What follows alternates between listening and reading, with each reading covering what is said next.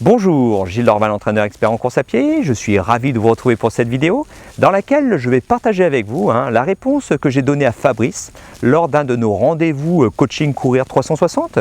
Et durant ce rendez-vous, Fabrice s'interrogeait sur la possibilité ou pas de mener de front une préparation semi-marathon avec 3 séances par semaine et la pratique de matchs de foot le week-end.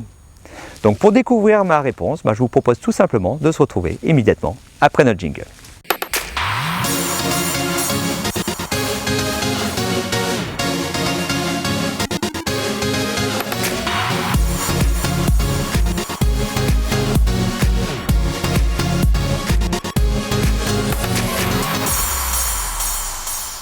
Ensuite, il y a Fabrice qui prépare le semi-marathon d'Annecy avec le plan d'entraînement 3 séances par semaine.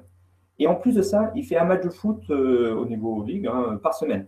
Donc, c'est-à-dire, il mène de front 2 activités. Et sa première question, c'est donc, est-ce que ces 2 sports sont complémentaires?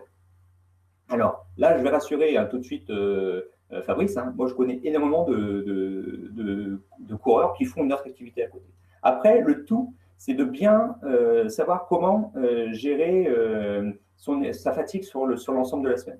Par exemple, si jamais tu fais ta séance si tu as ton entraînement de foot, par exemple, le mercredi soir, tu vas éviter de faire ta séance de VMA le mardi ou ta séance de VMA le jeudi. C'est-à-dire qu'entre ta séance de foot et ta séance de VMA ou ta séance de qualité, ça peut être un fractionné style allure modérée, semi-marathon, marathon 10 km.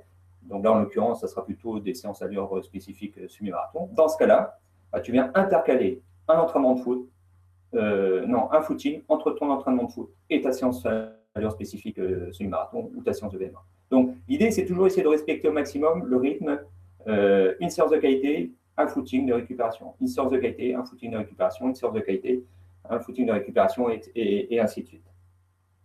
Donc, n'hésite surtout pas à faire attention à ça. Et puis, si jamais, pour une raison X ou Y, tu te retrouves à enchaîner une séance de foot et puis, une séance de qualité, laisse obligatoirement un jour de repos entre eux. Voilà.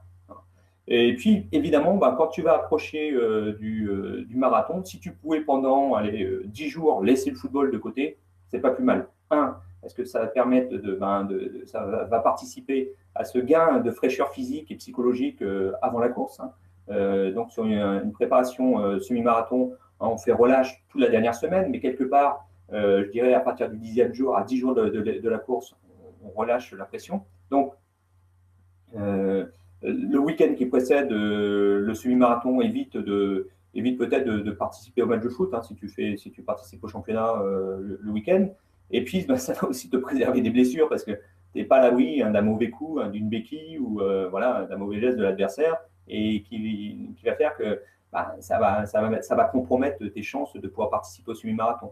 Bon, si tu prends un coup 15 jours avant, ça peut faire mal, mais tu as plus de chances de t'en remettre, et notamment si tu prends une bonne béquille, que si ça se produit une semaine avant ton semi-marathon. Donc, voilà, moi, le conseil que je peux te donner, c'est oui, tu peux continuer à alterner, pratiquer le foot en même temps que la course à pied, et puis faire attention la semaine qui précède. Voilà. Juste une petite précision, justement, lorsque vous faites des efforts de footballeur, vous faites indirectement des petites séances de VM1.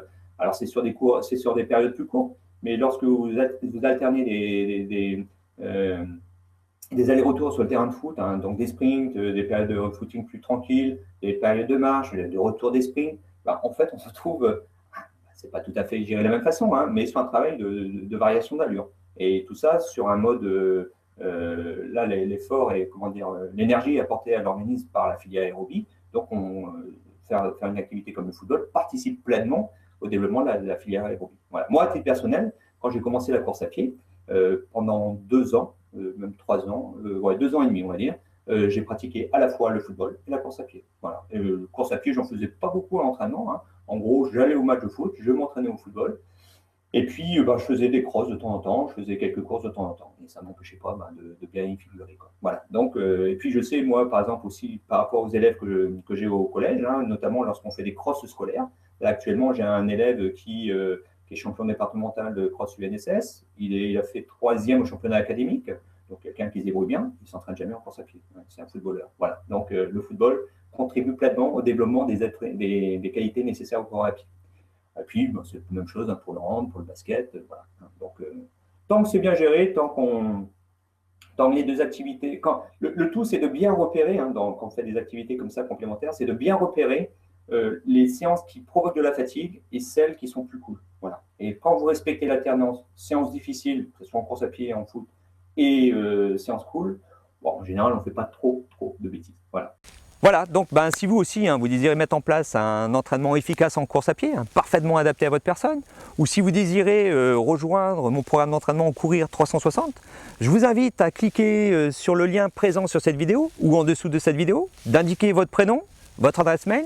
Ainsi, dans un premier temps, je vais pouvoir vous faire parvenir toute une série de vidéos gratuites sur l'entraînement en course à pied. Ce sont des vidéos extraites de mon programme d'entraînement et de coaching Courir 360. Et pour les personnes intéressées, dans un deuxième temps, je vais pouvoir vous faire parvenir aussi les modalités pour rejoindre ce programme d'entraînement et profiter de toute mon expérience acquise depuis 30 ans dans le domaine de l'entraînement en course à pied. D'ici là, je vous souhaite un bon entraînement, un bon run, et puis je vous dis à très vite.